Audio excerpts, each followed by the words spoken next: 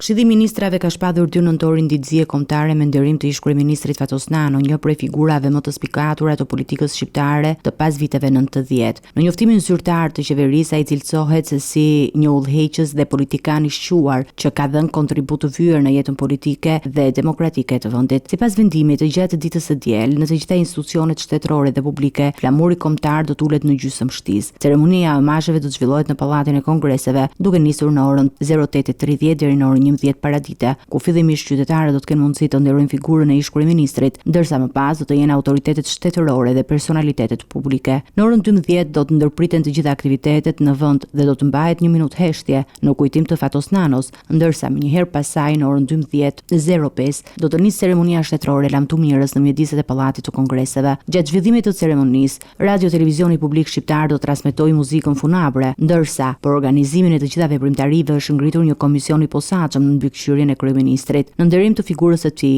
edhe Federata Shqiptare e Futbollit ka njoftuar se të gjitha ndeshjet e fundjavës do të mbajnë 1 minutë heshtje për ish kryeministrin socialist. Në moshën 73 vjeçare, Fatos Nano mbylli një kapitull të rëndësishëm të historisë moderne të Shqipërisë, si një prej protagonistëve kryesor të tranzicionit politik dhe themeluesi i Partisë Socialiste, duke lënë pas një trashëgimi të ndjeshme në jetën politike dhe institucionale në vend.